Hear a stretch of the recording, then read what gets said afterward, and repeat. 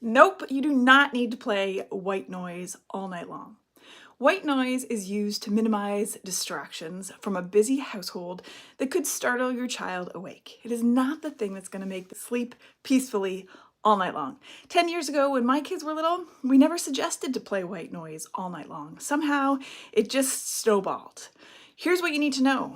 This month, November 2023, the Journal of Pediatrics released a statement that said, "We suggest that you limit the white noise use for your child by moving the machine as far away from you can in the room, using the lowest setting as possible, and using it for as little time as possible." We do not have conclusive evidence on what this could be doing to our developing brain. Do we really want them to be processing auditory information all night long? No. Use it for falling asleep if you must, but it doesn't have to play all night long.